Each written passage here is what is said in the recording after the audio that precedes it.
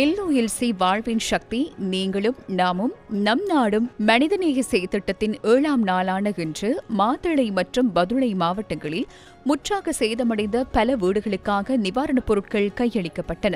கலைவல, தம்புள்ளை, மஹியங்கனை, ரிதிமாலயத்த, மீகஹக்யூல, சொரணாத்தொட் ஆகிய பிரதேச செயலக பிரிவுகளை கேந்திரமாக கொண்டு இன்றைய தினம் உலருணவுப் பொருட்கள் விநியோகிக்கப்பட்டன. இந்த செயற்திட்டத்தின் கீழ் 69 பிரதேச செயலக பிரிவுகளை சேர்ந்த 4000 குடும்பங்களுக்கான நிவாரணப் பொருட்கள் பகிர்ந்தளிக்கப்பட உள்ளன.